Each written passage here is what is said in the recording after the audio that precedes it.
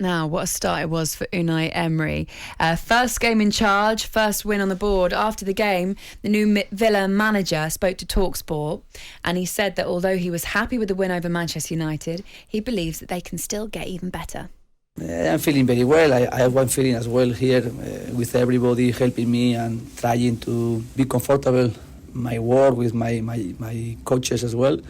And when I am happy, I think I can help the team better, trying to show them qualities we have and the organization we want to do with our shape and with our style idea. And today is the first step.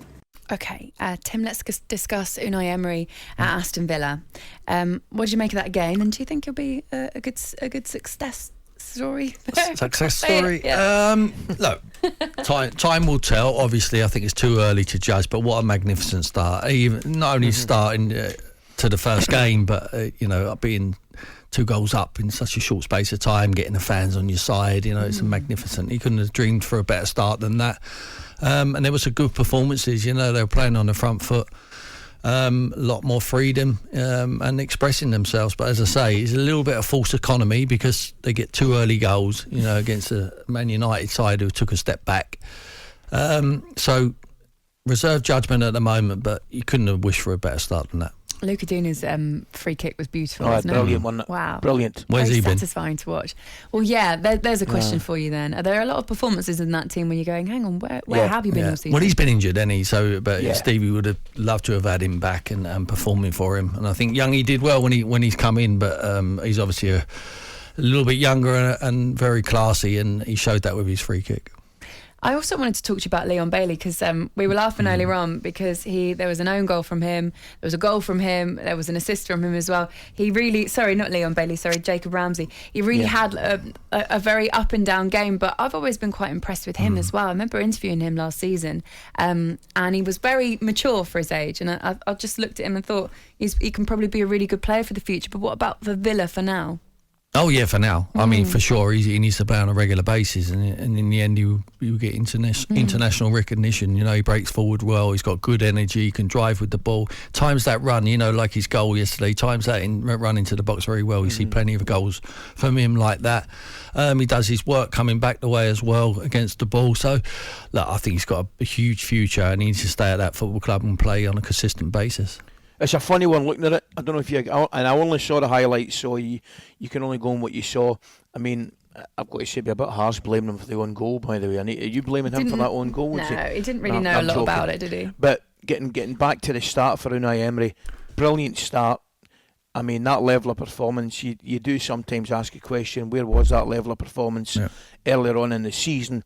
However, I don't know whether you agree or not, it looked like it was a game against a Manchester United team of about 12 months ago. Yeah. They just didn't look at it at all. No. So they look fatigued to me. I mean, they've obviously played the travelling, tried to get, gone away in Europa League, but they come back, look fatigued, and it was a performance of that. Miss Bruno Fernandes as well. It's Manchester United's first defeat in 5 games. We're going to hear from their boss because Erik Ten Hag, he's been criticised for that team selection, for his tactics, for his appointment of captain as well. He gave Cristiano Ronaldo the armband, obviously just weeks after he walked out of Old Trafford. After the match, he was asked about why he made him skipper, and here's what he said. No, it's no reward. I picked the leader. Harry Maguire was on the bench. Bruno Fernandes was not available, suspended. And then you show the team, David De Gea is a leader. Could be Casemiro, not speaking perfect English. David De Gea, goalie, far away from situations. And then, obviously, it's clear Cristiano Ronaldo is the leader. And then he has to take the responsibility. And he did. Okay. Were you surprised he got the armband? Does it bother you, Tim, at all? No, it don't bother me. What basically he's saying, he was 5th choice, isn't he? I mean, why he has to justify why he's give Cristiano Ronaldo the armband, I just don't know. Just keep your mouth shut. Ali? Oh, it doesn't surprise me at all. And he gave you actually a perfect explanation for it. The one thing Ronaldo is, he's a leader. He's let himself down probably the last couple of weeks, with the substitute performance, walking away and all that kind of stuff. However, over his career, he's been an absolute example. I don't have a problem with it at all. And as Ten Hag was saying there, clearly wasn't the first choice. But sometimes you have to make decisions, that somewhere down the line somebody will ask you about it, and that was certainly the case after the game. Listen, Manchester United were poor at the weekend. It wasn't because Ronaldo was captain. They asked you about it when you lose, Ali. Everything's wrong, isn't it? You know yourself. Exactly. I mean, if you win the football match, and no one asks any negative question. Exactly. Yeah. Laura. Hey, just doing my job, just asking, not trying to stir, I swear.